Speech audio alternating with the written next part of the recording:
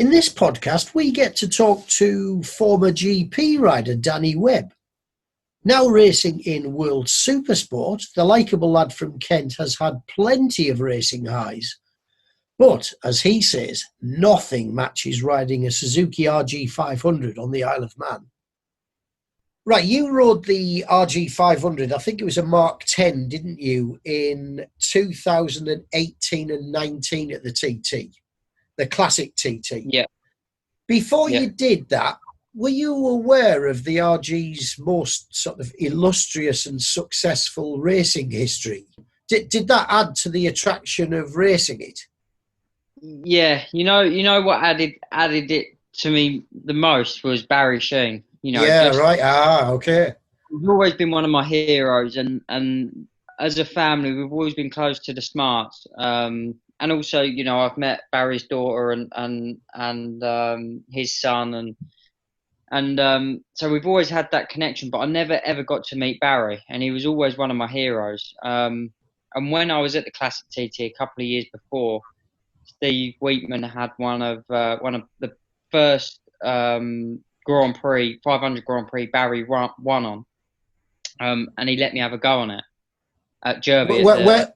Derby, yeah. Yeah, the parade. And to be honest with you, my dad was there, and I was shocked he asked me to ride it, and it was kind of a bit like a dream. And I couldn't believe it. And anyway, I rode it, and to be honest with you, if I'd have packed up racing then, I'd have been happy, because it was always one of my dreams, one, to meet him, which unfortunately I never got to, but to ride one of his bikes, and the one he won his first 500 Grand Prix on was incredible. So really quite an emotional experience then. Yeah, it was. And, I've always liked the two strokes, and, especially the 500s, and the RGs was such an iconic bike, and a lot of people rode them, and Mick Grant and Rob Mack and all them kind of guys. And, even though I was probably a little bit young to see, well, I never see any of them race, but, looking back at the history, I've always been into the history of motorcycle racing as well. So I always knew the names, because obviously my dad used to speak about them a lot. So, just to also to meet them kind of guys and have them in my corner, because I've gone back and I've rode a bike they've all had experience on, was incredible. And also for my dad, my dad patted Mick Grant off on his parade lap round the Isle of Man, and it was like, I said to Steve Wheatman, I could never repay anyone for letting my dad in to do something like that, and we all got along as well, which was fantastic. So not just riding the bikes, but just having them experiences around them people who have rode them has been kind of a dream come true. How long did you ride it for at Derby then? Was it just a quick spin? Yeah, it was just literally a 15-minute parade, or it might have even been a 10-minute parade thing. But I did have a bit of a go on it. I thought, I'll see what it's really like. And then Paul Smart rode it afterwards, because he was meant to be doing the parade lap on it the next day or a couple of days later. So after I rode it, Paul got on it and had a ride of it as well. What did it feel like? Felt amazing. Obviously with the power bands and things like that, it was just kind of bringing back memories of 125s, but obviously a bit more powerful. And so yeah, it was incredible. And I was a bit scared, because that's the last thing you want to do, is drop one or do anything stupid on one. And just had to bring back kind of the two-stroke ways. I've not rolling the throttle off and anything like that. Kind of on and off sort of riding style. But luckily that come back to me quite quickly. I bet you had a massive grin, didn't you, by the time you got off it? Yeah, and again, it was just like, afterwards that night, I was kind of pinching myself, thinking, did that really happen? And I carried on getting Dad to send me a video or send me a photo if you got a photo of me on it. And it was just, yeah, it was amazing, and it probably was one of the highlights of my career. And that's including all the stuff that you've done at world level then? Yeah, I mean, obviously, holding the last ever two-stroke pole position on a world championship stage, obviously that's a massive thing in my career. and winning the IRRT Road Racing Championship and a couple of podiums on the 24-hour races. But yeah, like I said, I would have been after that if my career would have finished. And to say to my kids, hopefully when they grow up, that I managed to ride Barry Sheen's bike would have, it just ticked every box what I've ever wanted to do. Shortly, well, not long later, I would imagine that people started approaching you about riding the RG at the Classic TT then. Yeah, it was one of them. I rode the XR69 for Steve. I think the year after, I actually stepped in for Lee Johnson that year. And then the year after that, I rode the XR69 again. And then we kind of was toying with the idea of racing the RG, and Steve said, "Well, we've got enough bits, so we can do it." Was he talking to you at the back end of 2017 then, the second year you rode the XR69, about the possibility of riding the RG?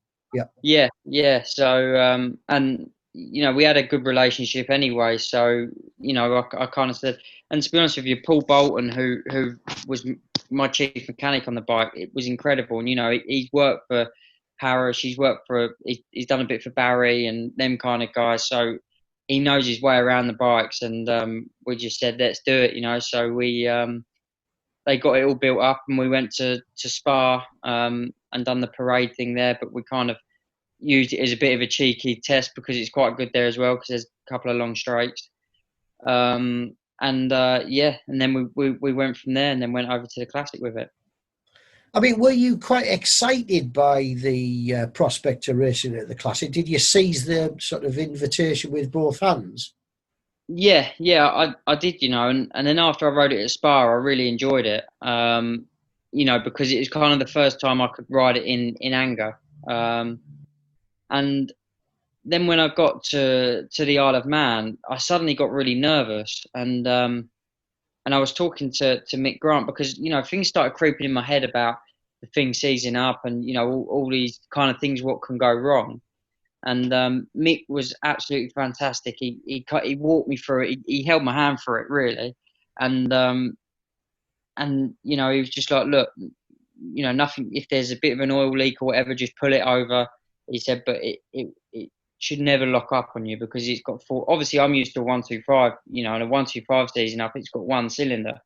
And when that seizes up, it locks up. He said, but when it starts losing power, just pull it over. He said, you'll be fine. And that really eased my mind. So after that, it was kind of all go. And I think, I don't know what lap we done. I think we done 115 mile an hour lap on it, which isn't too far away. I think the expression you're looking for is bloody impressive.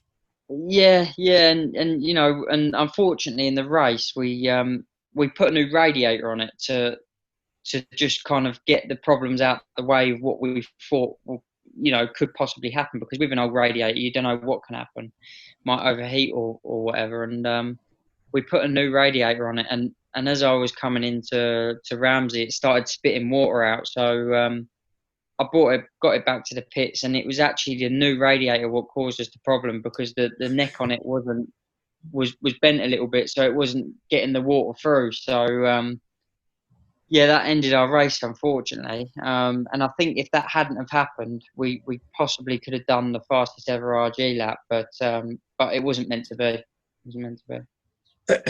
Who has set the fastest RG lap, and when? I think it's Rob Mack, and I'm not sure what year it was, to be honest with you. And I don't know. I think it's about 117 mile an hour. But yeah, we managed, and I think in the race we could have done it. But unfortunately, we had to retire at the end of lap one. Take me back a bit, Danny. You've said yes to riding it. You're all excited about doing that. What was it like on those early laps? What sort of talk me through how the bike felt and its suitability to the island course? I mean, the chassis on it felt incredible, and so did the engine. But it was just where I've been riding four strokes for a while, and that's all I rode around there. The only thing I could kind of relate it to was the Super Twin I rode, speed-wise. But obviously, they kind of pull in every gear, because they're only a twin and they're not that fast, so they pull in every gear. And this thing, you just had to ride it. You just had to ride it properly. You know, you had to go back a couple of gears and get on the gas and ride it through the corner instead of stopping it and squirting it, because you couldn't. You know, you really had to think about it and you really had to ride it properly. You know, in the first couple of laps, I was in the wrong gear in some places, and then I started to get the hang of it, and yeah, it felt. I don't think I ever had one proper lap where I felt like, right, that was perfect, you know, because there was always one time I was in the wrong gear and then I had to slip the clutch and I was like, I was kicking myself, because afterwards I knew in the back of my head that I should have done it. But, you know, that was the thing, just learning to ride it and having to go back one or two more gears than what I normally would. So, I mean, is it really exacting? Do you have to get things just right to get a good lap time? Yeah, you do. And the thing is, if you do one of them corners in a higher gear, you've lost all your drive, and then you've got to slip the clutch, and then you've got, you know, you don't want to slip the clutch too much because you don't want to burn the clutch out, and so you really do have to, one, know the course like the back of your hand, but know it on that motorcycle as well. So that was probably the hardest thing, just getting the gear selections right, because I know the gears on a big bike and you know, on the 650 and that, but on that it was just completely different. So coming out of places like Ramsey Hairpin and Governor's Dip, was there lots of clutch slip there each and every lap? Yeah, it was. You know, you had to really slip the clutch there, and everywhere else I was trying not to, just trying to keep it in that rev range, because it would only really go from 9,500 to 11.5. So I had 2,000 RPM to play with. So yeah, it wasn't a lot.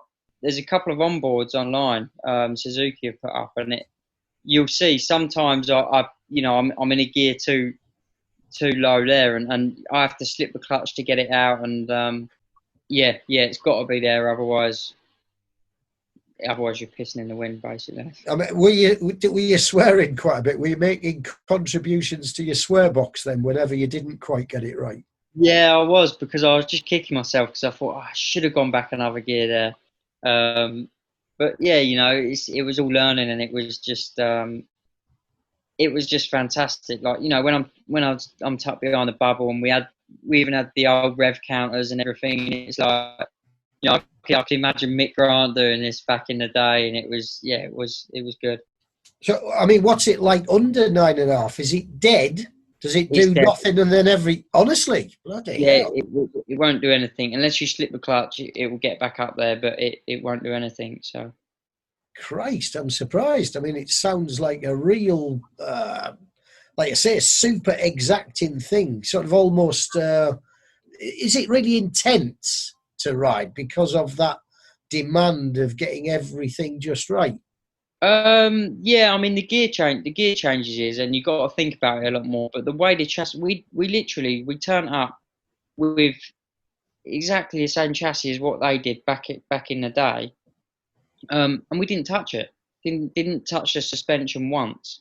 It felt that good. So I mean, shock, forks, brakes, everything from the. Was it an 80s bike effectively, a Mark 10? Yeah, I mean we did have some. We had some upgraded brakes on it, but apart from that, and the wheels, and obviously tyres, modern day tyres, but apart from that, it was the same. It was the same as what they run.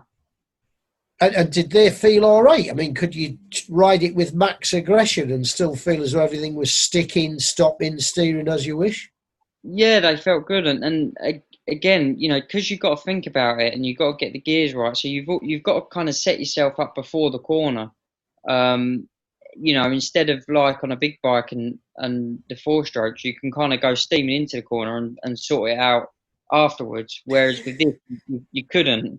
So it was good, and it was a pleasure to ride, and it had probably the best handling bike I've rode around now. Christ, and it's it's probably 35 years old or something then. That's amazing. Were you surprised by how well it sort of performed? Yeah, I was, because obviously, I had a lot of people, but obviously apart from Mick Grant and the guys who've actually rode him around there, a lot of the modern day boys were kind of like, you're brave. But for me, I didn't, it didn't seem like that to me, especially after I rode it, because it was a pleasure to ride. It is a bit daunting, because obviously I don't make new bits for them and that now. But it was a little bit daunting, but when I got used to it, it was just basically trying to get the engine set up.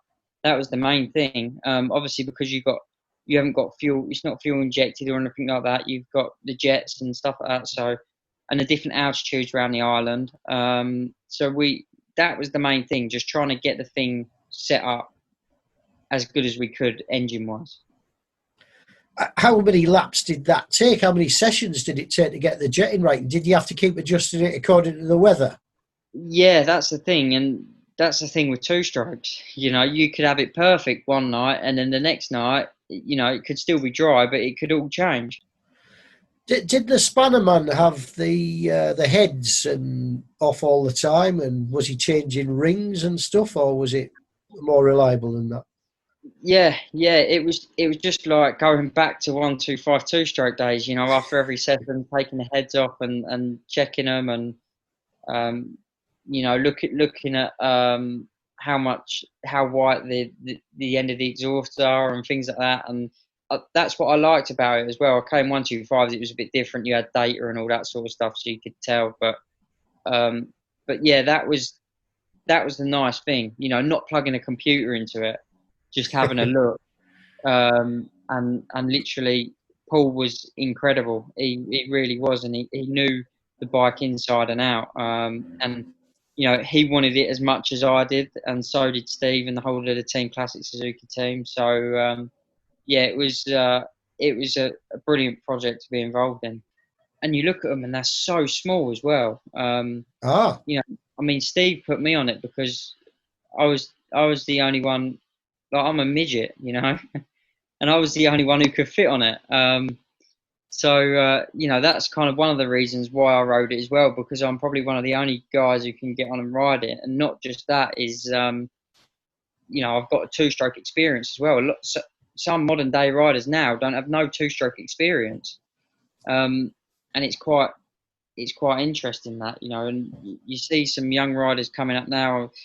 Davey Todd, I know last year was the first time he rode a two-stroke at a classic, and it was like, how haven't you rode a two-stroke before? But I suppose it's just that era sort of thing again, and, yeah. and I'm only 29, and it's like, Jesus, how haven't you rode a two-stroke before? And it was really weird. Well, you talked about it being small. Was it comfy or was it cramped? Because it's a long lap, isn't it, at the TT?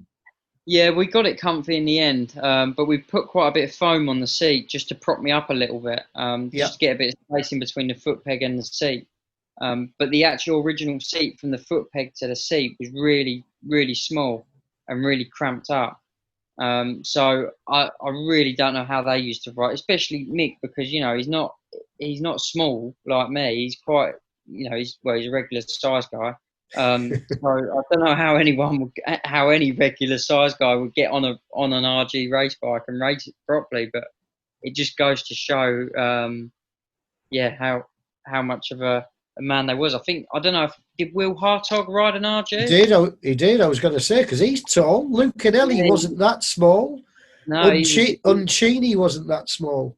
No, well, he's Dutch, isn't he? So yeah, I don't know how they got tucked in behind the bubble on him, but fair play to him. I mean, it sounds way more rewarding than just turning up on something that doesn't need any work, that works perfectly well, and then just going to your motorhome.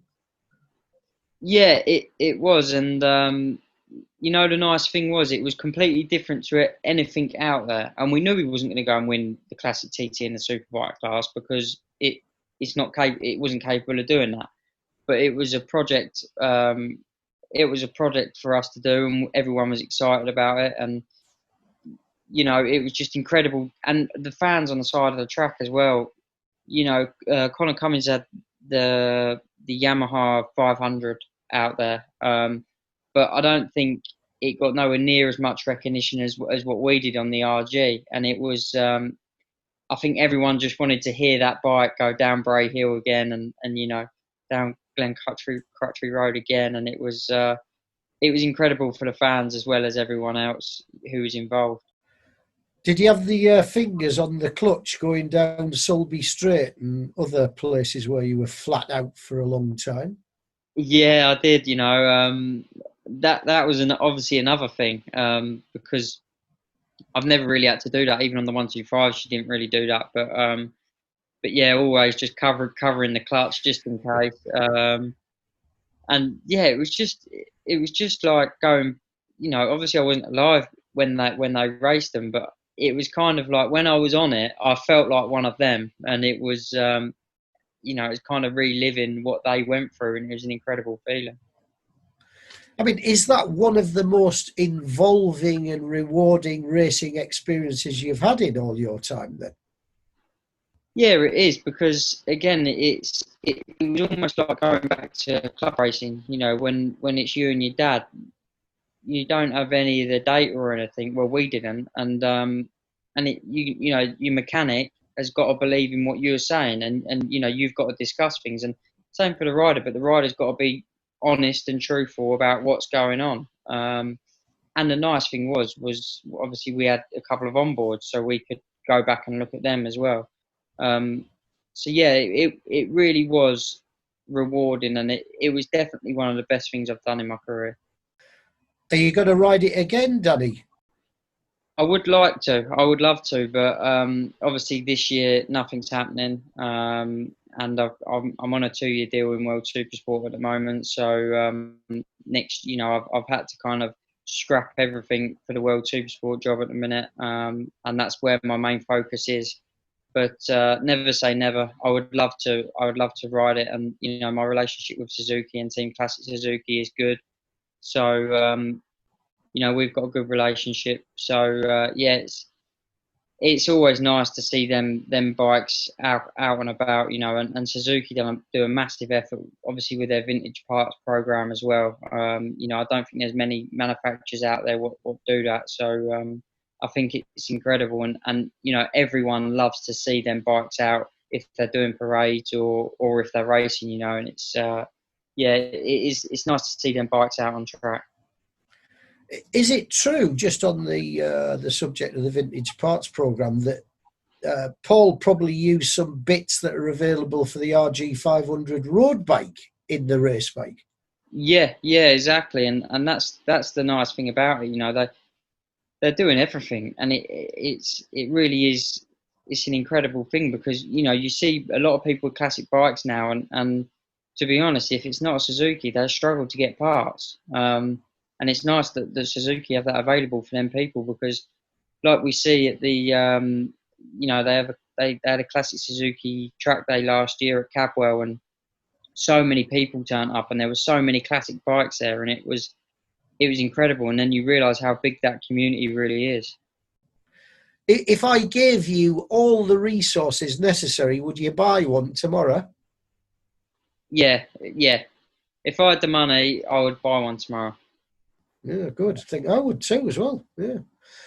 Really enjoyed that, Danny. Thank you very much. You've helped me relive my youth a bit.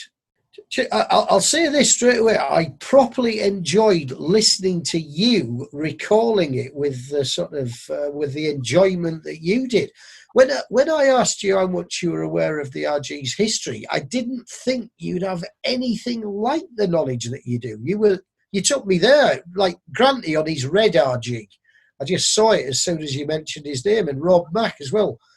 I mean, because it is such an iconic racing bike, isn't it? I mean, has any other model of race bike done as much as that? I'm not sure that it has. No, I don't think there is, and there was so many about as well. You think of Parrish on them, and Sheeny, and all them guys, and also Phil Reed. Obviously, he switched to the RGs because they were the bike to be on back in the day, and it was it was incredible. But also being around them kind of people's really nice, because I love hearing the old stories, and it's just and Mick Grant has been fantastic. And really, him and my chief mechanic Paul at the time really did calm my nerves about riding the thing, because they did all of a sudden come on when I was sitting on the start line waiting to go down the hill for the first practice. But after that, I'm glad I've done it, 'cause it was the best thing I've ever done. Do you think Mick Grant and everyone else enjoyed it as much as you, just sort of, being a part of RG action yet again? Yeah, I think they did. And I think, like I say, I think everyone, when we started up on the start line, no one was around John McGuinness or anyone. It was just me sitting there with my girlfriend and my dad, and us warming the RG up with Steve Wheatman and them guys, and there was a massive crowd around it, everyone videoing it, and it really was good to see. It's the most attention I've ever had over on the Isle of Man, with the crowds and things, because there was so many people interested in it. And every time it started up, there was a crowd of people around it. Do you know what? I'm really pleased that so many people can still latch onto it. I mean, I was around to watch Sheen race and win. And people like, do you know Jack Middleburg and Boot Van Dulman? They won as privateers. They won GPs on a bike that anybody could buy. That can't happen now, can it? No, and that is the nice thing, a privateer out the back of their van could have gone on won a Grand Prix, and like you say, you can't go and do that now. But yeah, it was an incredible era, and obviously, like I say, I wasn't alive then, but looking back at the videos and then hearing the stories and everything, it's an era I would have loved to have been in. Did you feel quite privileged to have raced one then, Daddy? Yeah, like I say, it was one of the best things I've done in my career, and I couldn't repay Steve Wheatman and them guys back for what they gave me.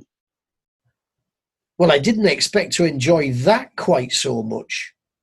Listening to Danny recall what was obviously a thrilling and emotional experience for him was a real pleasure. Anyway, don't forget to subscribe to make sure you don't miss the next Inside Line podcast. See you then.